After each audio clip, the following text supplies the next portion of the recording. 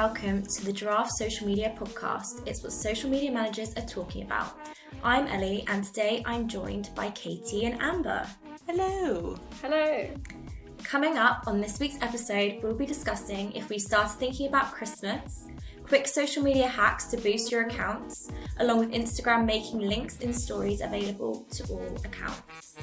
Stick around to the end of the show where we'll be answering some of your burning DMs. So, before we kick things off, I thought that we should discuss the next imminent holiday, which is Christmas. So, in my opinion, this is one of my favourite times of the year, both for the work creative side and also just in general, because who doesn't love Christmas? So, have you guys started to think about Christmas yet? And have you got any Christmas content ideas in the pipelines? Of course I started thinking about Christmas. I mean, who hasn't? As soon as it hit the 1st November, I'm on it. In a work capacity and a personal capacity. So, I mean, in terms of like Christmas content ideas, those are flying around. Mm-hmm. We love some gift guides. Yeah, they're my favourite. Yeah. Love some gift guides and just basically anything that's like nostalgic or like just helps people in like the buying Christmas present process, because I personally hate buying Christmas presents, but I love giving Christmas presents. So it's a real love-hate relationship with gift buying. So yeah, I love to think that like every time Amber sees like any content that's like green or red, or it's got like snow or like a little like graphic of like a present, she's like, yes. Absolutely. There is nothing better than Christmas time, honestly. I agree. I mean, but yeah, what about you, Katie? I don't know. I mean, like my Halloween decorations and stuff. But that's because Halloween was on a Sunday this year, and that's what I'm blaming. So I've actually got to take them down before I put up Christmas decorations. My main worry is I've accumulated more plants since last Christmas, so I don't actually know where we're going to put the Christmas tree now. But yeah, I mean, I've got a few clients that are starting their wind up to Christmas, and I'm like, God, is it that close? It's scary, isn't it? Like the fact we're already in November. I had to take a step back yesterday and be like, this year has gone so quickly. I think it's something like 7 Fridays till Christmas or something now, and I'm like, whoa, hold up. We're still in March 2020. I need to get my act together, clearly. That is shocking. I can't believe how fast this year has gone. Honestly. Even when it's not Halloween, I can still be scary. Yeah, you the nightmare before Christmas. Yeah. Exactly. Also, I thought I'd do a little disclaimer. For those of you that don't know, Amber is our copywriting assistant at Giraffe, so we're very excited to hear her insights into this week's podcast. Yeah, my first time on the podcast, so thank you guys for having me. We're super excited. We're very excited. I feel like we should have cake. Yeah. There should be like a cake celebration. Yeah, I should be wearing a party hat. Okay, so moving on to our main segment of this week's episode, we are going to be chatting about quick social media growth hacks to boost your accounts. So if you already listened to our podcast, then it's likely that you are looking for actionable tips and tricks that you can use for your own social media use. Now, quick disclaimer, we know that there are no shortcuts or quick fixes, but there are certain tricks and hacks that you can implement into your social media strategy to help boost your accounts.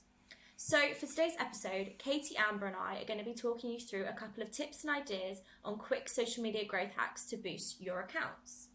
So my first top tip is to create a target audience if you don't already have one, as this will help to refine the content that you're producing and have a set target market in mind that should hopefully boost your engagement, traffic, following, etc.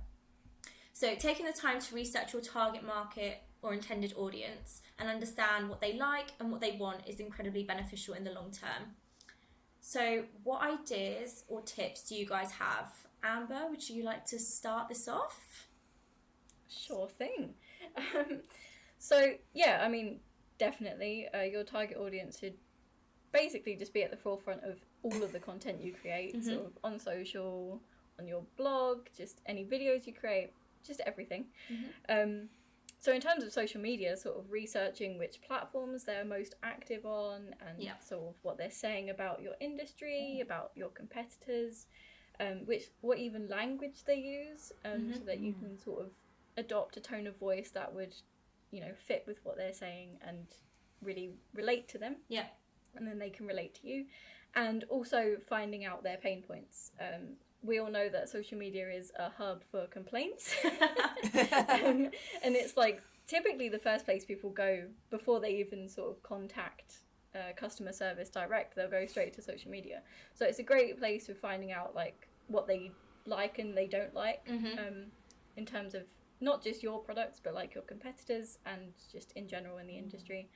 And then you can just use all of that information to sort of inform your social media content and especially your copy in terms of like tone of voice and messaging. And just really adapt your marketing efforts towards your audience and those specific points that you find. Yeah, I completely agree. Especially with like competitors and using the data. So obviously analytics is going to be your best friend. We love some analytics. Yeah, don't we all? Highlighting exactly what's doing well and what isn't doing well. So I completely agree with everything you said there. How about you, Katie? Same. Have you got any points? I mean, like we said, the best way to boost an audience is to just know who your audience is. And as well, like you mentioned, Amber, like finding out where they actually are as well, because you don't want to be like funneling all of your energy and time and money into certain platforms that they're just not using. So like if you've got a very TikTok based audience, they're probably not going to be on Facebook or Meta, whatever it's called now. So you're probably better off trying to appeal to the audiences there. I heard a great little snippet the other day, was that if you're talking to everyone, you're talking to no one. I love that. It's so true for like pretty much all marketing, but especially on social media. If you're just trying to hit sort of every single demographic, you're not going to get anywhere. And people can tell as well. Like I think people get more mad at like you trying to do something that's like so wide and open rather than like trying to just appeal to like a niche audience and doing it poorly. So I think it's just, you got to think big, but then you've also got to think like very small. Yeah, no, completely.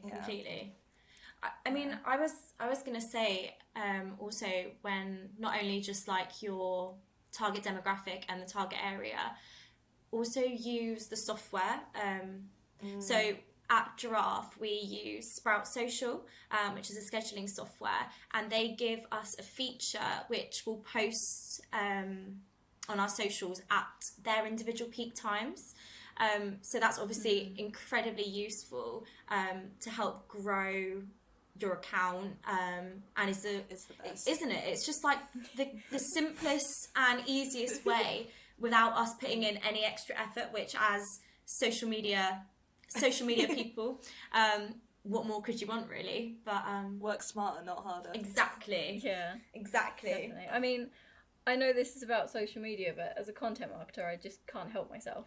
MailChimp has a similar feature with your email marketing efforts as well. So like a lot of these like third-party sort of automation softwares are really honing in on the fact of like send time optimization and making sure that you're hitting that peak.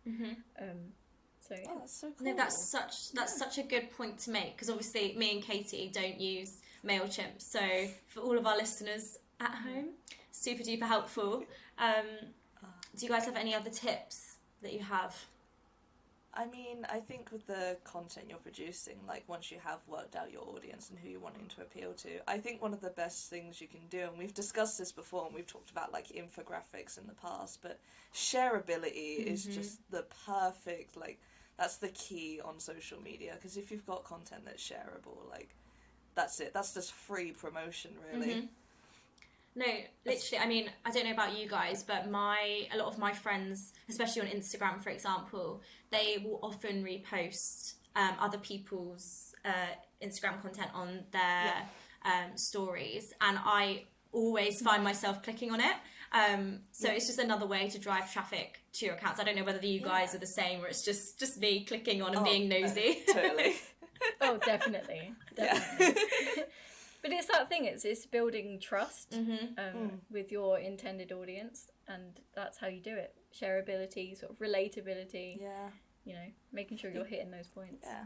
Like, you can do that so many ways as well. You can do, like, a meme or an infographic, or even, like, if your business is equipped for it, if you do, like, a giveaway type thing, or, like, a competition or something, have it, like, extra points if you share it on your story. Because that's usually how I find, like, a lot of my artists on Instagram is, like, through people, like, sharing those giveaways, and I'm like, ooh, I want those stickers too. And then I end up, like, going through their account and following them and stuff. So there's just plenty of ways to, although not easy and immediate and one step, there's plenty of ways that you can boost your account and just create some organic growth. I think it definitely depends on the niche that you're targeting as well, because I think some are definitely easier than others. Oh God, yeah. So I like you guys already said, there's not one specific solution that will work for everyone. So I think it's definitely a matter of like trial and error, and like you were saying, Katie, with like really engaging content with competitions, giveaways. I think call to actions are also a really good thing, not only just in your social media posting, but obviously you said about it in your email marketing as well. Amber, I'm sure you use call to actions as well, which will also drive your audience and customers to, I don't know, purchase, whatever your end goal is. So I think that's really, really important as well.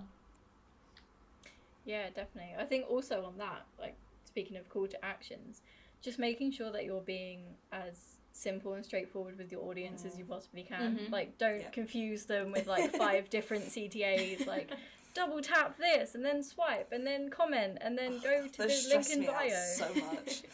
yeah, it's like, if you give them all of the options, they're going to do none of the options. So, especially on Instagram, where you have to like make them go to link in bio, or well, more on that later. Link in Instagram. Hint, hint. That's a nice segue. But yeah, just, don't confuse them. Just make it as simple as you can. Keep it simple. Simplicity is key. I think, simple actions will return, hopefully, big results. I don't want to give a definite you will get amazing results, but for legal reasons. Yeah. One last thing that I was going to highlight, unless you guys have any further points, I was going to say influencer marketing is constantly on the rise.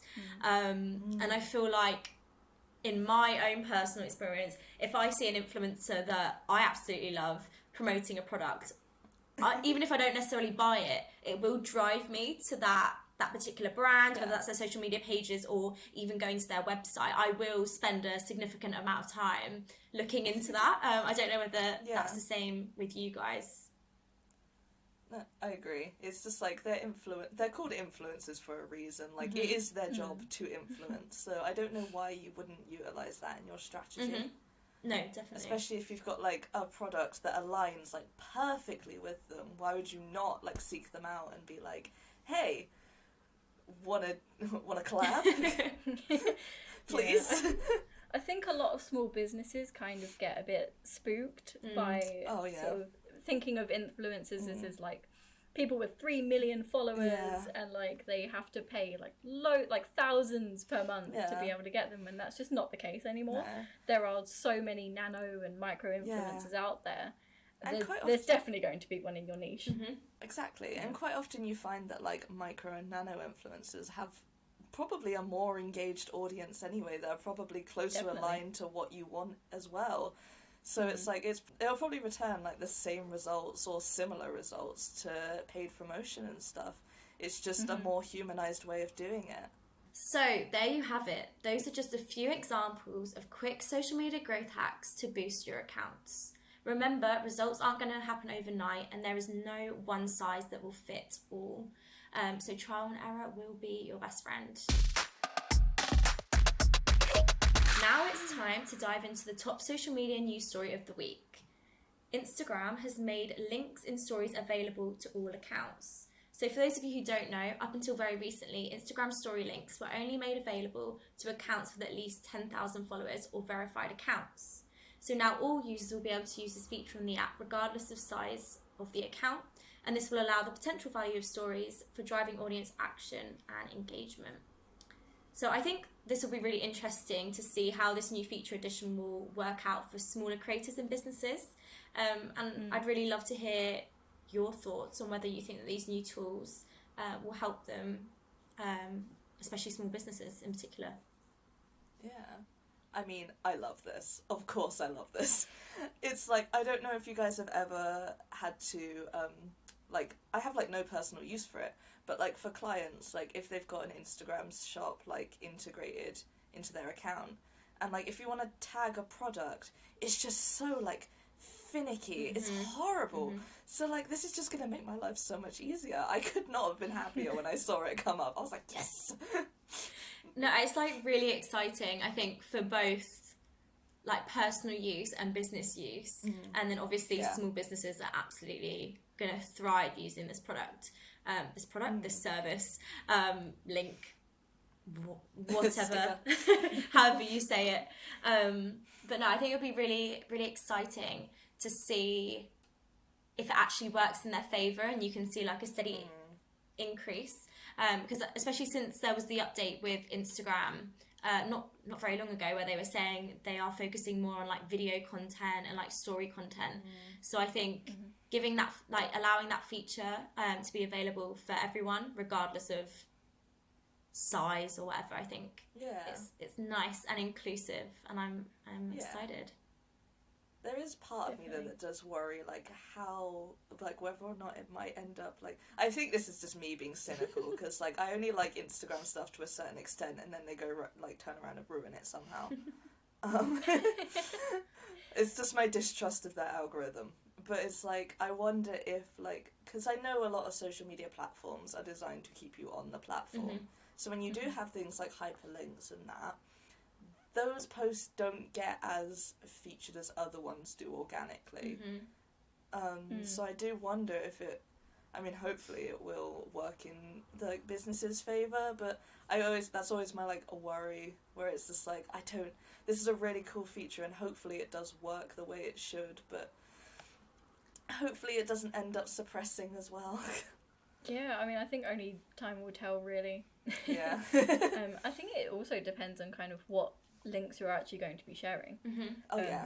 Because, you know, if you want to keep it valuable and maybe even sharing blog posts, shout out to me. No. Nice plug. Yeah, just plugging me. No, but yeah, like sharing sort of valuable content, taking people straight to a product, that could, you know, work in your favour and work well in terms of the algorithm, like getting lots of clicks. If you're, and you know, the cynic in me was thinking, well, will this lead to an increase in spam? Oh, and yeah, true. If everyone can just create an account and, you know, link something, that could lead to maybe the feature even getting taken away in the future. That's rather down the line and very cynical of me, but it was one of my first thoughts. It's the internet, it's gonna happen. I think that's like a really good point to make, because I didn't even think about that. I think I was very like businessy in the thought of this is going to be fantastic for people with less than 10,000 followers, or you know. No, I agree, it will be. But I don't know, I think that's a very good point to make, and it'll be interesting to see if Instagram, maybe in a few months, because the feature was only, I think literally like last week it was only introduced, so I think by Christmas could it be gone? Who knows? Who knows? It'll probably be replaced by something like convoluted. It will be like, instead of our sticker, use this really in-depth code, and it's like yeah. Maybe not. I mean, hopefully it doesn't go. Yeah. Hopefully it sticks around. Hopefully it sticks around. Because I think I vaguely remember they must have trialled it a little while back.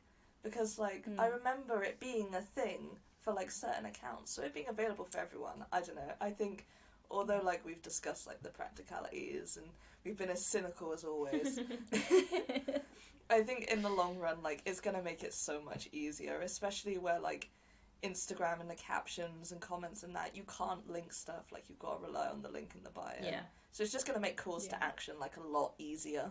Yeah, especially since even Amber said earlier that you can't link to websites in an Instagram caption, so links are like the next best thing. So I don't know. It'll definitely be, like you guys are saying, time will tell, and we'll just have to wait and see. And maybe we'll come back to this topic in a few months' time. Yeah, we'll be like, oh, remember Instagram stickers? Remember the link stickers? That was a fun week. Yeah. I do wonder if it's gonna, so in captions now where it's like link in bio at the end of the caption, is it now going to be link in story or link in highlight? Maybe. I mean, that'd be a good way to, like, integrate it, because I think the reach that you get on Instagram stories and Instagram posts tend to be different. So, like, maybe it'll just help you get your products out there a bit better. Yeah, I don't know. Yeah. Sorry, it's just one of those things. It's like there are so many ways that this could. It could either go one of two ways. It could work really well, or, like you guys were saying, could flop. But again, we will wait and see. And down the line, we will be discussing this. Yep, time will tell. So today's direct message reads, how to gain some new followers. Lose a few, gain a few. I'm kind of stuck right now. So Katie, do you want to discuss what you think? Yeah. I mean, it's a difficult one because, as we said earlier, there is no surefire way to, to have, like, automatic growth unless you buy followers, which we do not endorse. That is bad behaviour. Do not do. But I don't know, Instagram's a difficult one because they've had so many changes that it's just quite difficult to keep, like, a sustained strategy. So instead, you know what, I'm going to be that annoying person who approaches this question a different way. And I'm like, is it better to, instead of just focusing on, like, the number of followers and your growth, it's worth considering the audience you already have. And, like, if you're engaging with them and you're creating, like, a strong, committed community, they're more likely to engage with your posts in return, rather than having, like, thousands and thousands of people and only, like, I don't know, like 200 of them are even, like, seeing your posts, let alone interacting with them. So, and, like, that can cause growth in, like, a roundabout way by, like, doing loads of community management, as Amber knows well, and, like, making sure that you're, like, engaged with your audience. So, I don't know, I just think that's better than just trying to accumulate, like, really unengaged followers, because I just don't think that's as rewarding as creating an engaged audience. I think that's such a good point to make, because especially, I mean, if I was to go onto an account and say they had 2,000 followers and they only had 3 people who liked their posts, I would go, well, this makes no sense. Immediate red flag. flag. And you think, what's going on here? So I think, that's definitely a good thing to highlight, and maybe the focus should not be entirely on followers, and look more into your data and analytics and see how your engagement rates are, and your growth, and kind of go from there, and whether followers are really the be all or end all. Because as well, if you're creating a really engaged audience who are, like, interacting with your post consistently, that can just cause growth in itself, because if they're, like, sharing your content or, stuff that's getting a lot of interactions, it's just going to get boosted up the algorithm, like, immediately. Yeah. So I think it's more valuable to have a smaller, more engaged audience rather than panicking because you've got, like, a huge one and, like, no one's seeing your posts. No, definitely. Yeah. And I think definitely as well, like, don't just look at follower count, sort of look at the sort of related metrics, like reach. Yeah. If your reach is high but they're not converting into followers, well, why is that? Do you need to create more visually appealing content? Do you need to change up your copy? Yeah, exactly. Change up your strategy, basically. Or if you're getting low reach, but, the people that you are reaching are engaging with your content, is that necessarily a bad thing? Yeah. No. Because sometimes you can get, like, I don't know, high reach, low follower count that like doesn't quite add up. But you know, people might just visit as a one-off, and like, you know, they see your product, they see your service, they may even buy it, but then like they don't necessarily think it's something they need like later on down the line, if that makes sense. No, completely. So it's better to not have like dead followers. That I think there's a bit of an issue with like having too many ghost followers and like your placement like in the algorithm. I think in a roundabout way maybe it like suppresses it a little bit, because that kind of flags up as like, oh, but your audience doesn't want to engage with you, so we're not going to show anyone your content, you know, like Instagram does. Yeah. And I think it's like that across the board as well, like across a lot of platforms. I think the only place where like follower count does not matter at all is TikTok. Oh yeah, definitely. Oh yeah, definitely. Sorry, we went an episode without talking about TikTok. I started getting like palpitations. Yeah, it's the only one that you can really just go viral for absolutely no reason. But what I will say in terms of answering this user's question is, I think strip it back to the basics and look at your brand persona, so like your tone of voice, like Amber was saying, and just double checking that you're being consistent with your posting, and that you have, like we said previously in the episode, like a good target market in mind, because that could be, you know, a very good reason why you are losing followers. But yeah, just looking at that is my best. Yeah, and it could be... Oh, sorry. No, go. It could... just jumping in there again. It could be as simple as, like, optimizing your profile. So optimizing the logo that shows up and you know, your bio, your brand name, the link in your bio, even your highlights as well. Like, it's the first impressions that really matter when it comes to gaining followers. Losing followers is a different kettle of fish, but... No, definitely. Like, if you put yourself in the position of the consumer and, like, you look at your profile and be like, would this appeal to me if I was looking for this thing? And if it doesn't, then clearly you need to change that. What are you doing? And, like, not everyone is their own, like, target market, but, like, generally consumers kind of all want the same thing. Like, they want, like, a clear message, they want, like, a not spammy-looking link, and, like, high-quality images and that. So I think, you know, to be fair, that's a really good point, Amber, because I think we do quite often like overlook like the importance of how your profile looks. Like, I think we quite often focus on the content, but we ignore like the most like obvious, easy way to fix stuff. Yeah, first impressions count, and that includes social media. So exactly. Yeah, no, I think you guys have made some really excellent points. So hopefully we answered your burning DM this week. So if you'd like to be featured in next week's episode, then make sure you slide into our DMs on Instagram at giraffesm.